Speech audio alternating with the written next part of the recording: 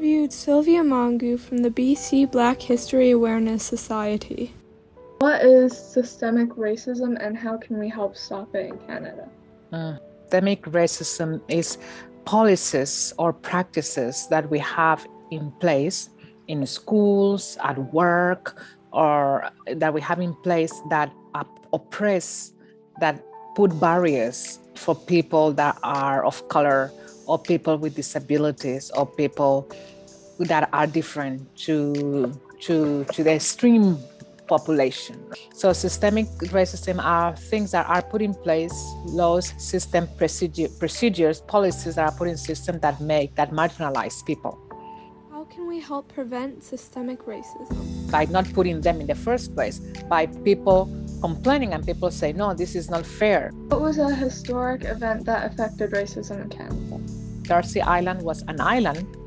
It was a leprosy island, and the Chinese people that had leper were taken to those islands, and nobody cared about them. But they were left to their own devices. That the Chinese people were brought here to work and to construct and to build the province, right, in a very and they lived in a very poor condition, and they had to go to other places to hide, like downtown, like Chinatown, which is the oldest Chinatown in Victoria. Those were places, and those were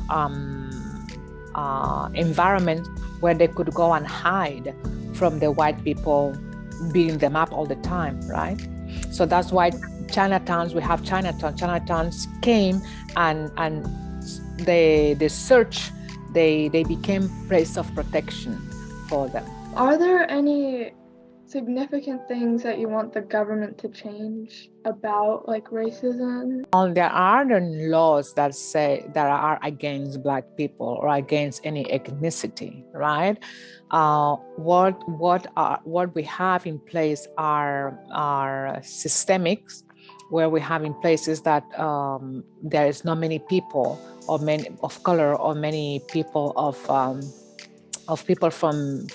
many women in positions of power, right? And why is that? So it would be nice if the people that are business owners and the people that are entrepreneurs and the business owners and the organizations to have more women and more people of color in leadership positions as well. In schools, as we were talking the other day, have more teachers that are of colors, have more teachers that are Black, Chinese, different ethnicities, right? What is your opinion on the Defund the Police Act of 2020? I think the police should be defunded at all. I don't think so. What I do think is that the police should be trained in dealing with